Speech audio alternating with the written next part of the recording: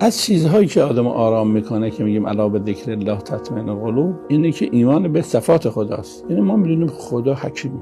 وقتی میدونیم خدا حکیمه دیگه آرامیم. ببین وقتی میدونیشون میکانیکه، دلندرون ماشین هم میرزه بیرون، به شما ناراحت نمیشه، میگی میکانیک. وقتی میفهمی پزشک متخصص جراحه، شکم شما رو پاره میکنه، ولی شما راحته. ما همون عقیده‌ای که داریم که به همون دلیلی که میگیم چون میکانیکه آرامش داریم ولو ماشین رو به هم بریزه، چون پزشک متخصص آرامش داریم ولو مریضمون شکمشو پاره کنه. ایمان رو باید بدونیم خدا هم حکیمه، ولی هر چی میخواد لابد مصلحت بوده. یادم نمیاد تو صحن امام رضا علیه السلام بودم، خانمی آمد گواهی گرفتی هر چی تا حالا گفتم امام رضا گوش نداده. به خانم گفتم خانم شما به من بفرمایید شما امام رضا نوکر شماست یا امام شما؟